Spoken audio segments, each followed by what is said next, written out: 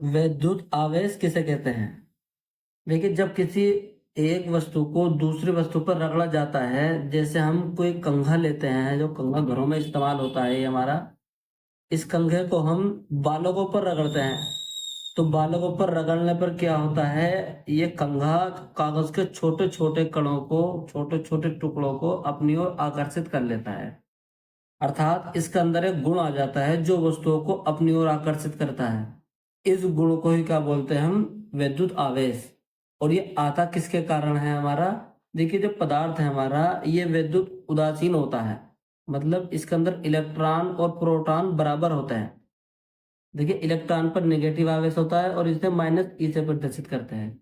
जब हम इसे किसी वस्तु पर रगड़ते हैं तो या तो इसके अंदर से कुछ इलेक्ट्रॉन बाहर निकल जाएंगे या कुछ इलेक्ट्रॉन इसके अंदर आ जाएंगे। जब भी इनमें इलेक्ट्रॉन की कमी हो या इलेक्ट्रॉन की अधिकता हो, तो इस स्थिति में बोलते हैं ये विद्युत में या आवेश में हो गया है। अगर इलेक्ट्रॉन की अधिकता होती है तो इसके अंदर ऋणावेश आता है। अगर इलेक्ट्रॉन इसके अंदर जाता है, इलेक्ट्रॉन पर नेगेटिव आवेश होता है, तो पदार्थ का बन जाता है ऋणावेशित। और अगर इलेक्ट्रॉन इससे बाहर निकलता है, माइनस चिन्ह बाहर निकलता है, तो क्या बन जाता है? धनावेशित। ठीक है। जैसे हम कांच की छड़ है, कांच की छड़ को अगर हम रेशम पर रगड़ दे, तो ये दोनों छड़ें क्या हो जाएगी? कांच और रेशम दोनों ही चीजें हमारी आवेशित हो जाएगी। ठीक है। अब इसमें यही बताया गया है, अगर किसी वस्तु पर इलेक्ट्रॉन की अधिकता या कमी हो तो उसे विद्युत आवेश कहते हैं या आवेश में कहते हैं। ठीक है। अगर एक पॉइंट करके इसमें यही बताया गया है, अगर वस्तु पर इलेक्ट्रॉन की अधिकता है तो वह ऋणावेशित हो जाएगी, और अगर इलेक्ट्रॉन की इसमें क्या है? कमी हो जाती है, तो वह क्या हो जाती है?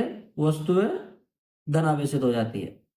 लेकिन इसे और अच्छे तरीके से मैं आपको ऐसा बताता हूँ, जैसे हमारा कोई इलेक्ट्रॉन बाहरी कक्षा में चक्कर लगा रहा है, ये तो इसका क्या है?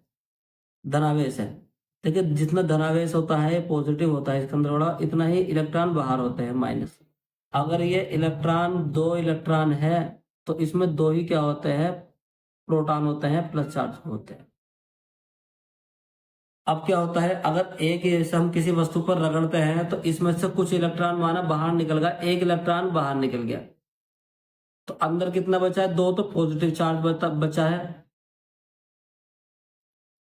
और एक क्या बचता है? नेगेटिव चार्ज बचता है। तो इसमें क्या हो जाता है? दो पॉजिटिव एक नेगेटिव मिलके इसमें नेगेटिव कम हो जाता है, तो ये वस्तु क्या हो जाती है? धनावेशित। और अगर इसमें एक इलेक्ट्रॉन और आ जाए, तो दो पहले से थे, तो कितना हो जाएंगे? माइनस के तीन टोटल, और धनावेश कितना है? दो है। तो ये वस्तु क्या हो जाएगी हमारी? ऋणावेशित हो जाएगी। अगर इलेक्ट्रॉन अंदर आते हैं किसी वस्तु में तो वस्तु ऋणावेशित होती है, और बाहर जाते हैं तो वस्तु क्या होती है? धनावेशित होती है। इस बात का बिल्कुल ध्यान रखना है। चलिए आगे देखते हैं। आवेश के प्रकार, आवेश दो ही प्रकार का हो सकता है, एक तो धनावेश होता है और एक ऋणावेश होता है। धनावेश कब बनेगा हमारा ये? जब इलेक्ट्रॉन इसके बाहर चले जाएंगे इससे। और ऋणावेश कब बनेगा हमारा ये? ऋणावेश जब बनेगा जब इलेक्ट्रॉन जो होंगे इसके अंदर आएंगे। ठीक है। आवेश के दो प्रकार होते हैं, कुछ इसमें ज्यादा समझने की जरूरत नहीं है, धनावेश और ऋणावेश। चलिए अब नेक्स्ट पॉइंट देखते हैं हम। नेक्स्ट पॉइंट क्या बताता है हमें? देखिए, जो समान आवेश होते हैं हमारे, अगर दो हमने पॉजिटिव चार्ज ले लिए है, दोनों धनावेश ले लिए हैं, तो दोनों धनावेश क्या होंगे? एक दूसरे को प्रतिकर्षित करेंगे, बाहर धकेलेंगे। एक जैसे धनावेश हो चाहे एक जैसे ऋणावेश हो, दो वस्तुएं हैं, दोनों पे धनावेश है, दोनों वस्तु एक दूसरे को दूर धकेलेगी, प्रतिकर्षित करेगी। अगर दो वस्तुएं हैं जिन पर ऋणावेश है, ये दोनों वस्तुएं भी एक दूसरे को दूर धकेलेगी, प्रतिकर्षित करेगी। मगर अगर एक धनावेश आ जाता है हमारा और एक ऋणावेश आ जाता है, तो ये दूसरे एक दूसरे को आकर्षित करेगी। ठीक है। ये समान आवेश एक दूसरे को क्या करते हैं? प्रतिकर्षित करते हैं, जबकि विपरीत आवेश एक दूसरे को क्या बोलते हैं हम? आकर्षित करते हैं। ये बहुत इंपॉर्टेंट पॉइंट है, ये पॉइंट ध्यान रखना। चलिए हम नेक्स्ट देखते हैं, हम नेक्स्ट क्या बताता है हमारा है।